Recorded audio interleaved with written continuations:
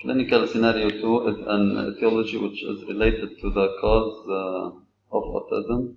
So for the population, here we have children. The intervention is whether they're vaccinated or not. The comparison is between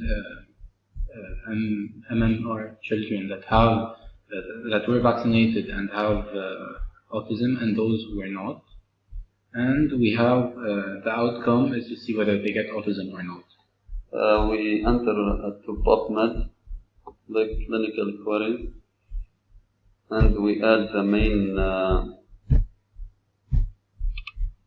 concepts: vaccinated, MMR, autism.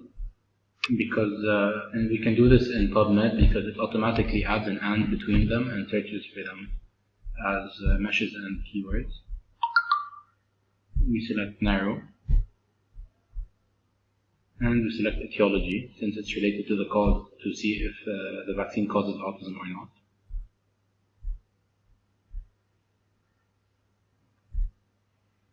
Then we limit our search and we click children.